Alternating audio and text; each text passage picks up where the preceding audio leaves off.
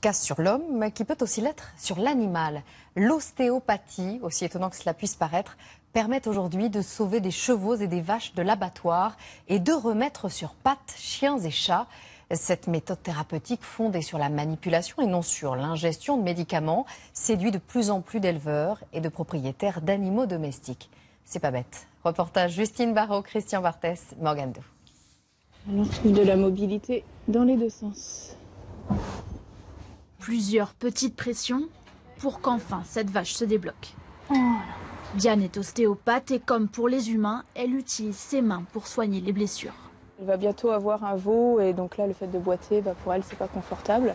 La vache avait le bassin un petit peu décalé, donc le fait de le remettre dans l'axe, dans quelques jours elle ne va plus boiter et elle sera à l'aise pour véler. Cet éleveur fait régulièrement appel à Diane car l'ostéopathie limite la prise d'antibiotiques et améliore donc la qualité du lait. Mais l'enjeu est parfois bien plus important. Une vache qui boite, du coup, elle mange plus, elle se déplace plus. Si elle mange plus, donc elle fait plus de production de lait. Donc tout s'enchaîne et elle maigrit et puis forcément ça finit mal à un moment ou à un autre. Après ça va aller mieux. Dans quelques jours, cette vache ne boitera plus. La méthode fonctionne et le succès des ostéopathes est tel que la filière se développe. On compte aujourd'hui 9 écoles d'ostéopathie animale en France. Celle de Rennes, pionnière dans les années 90, accueille 180 élèves. Ici, pendant 5 ans, on apprend tout de la vache, du chat ou du chien. L'aorte, ça commence au niveau des dorsales. De la combienième dorsale ou thoracique. En 2011, la profession est reconnue. Depuis, elle suscite des vocations.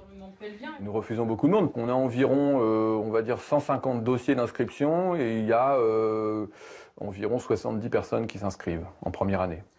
Salut ma nénette.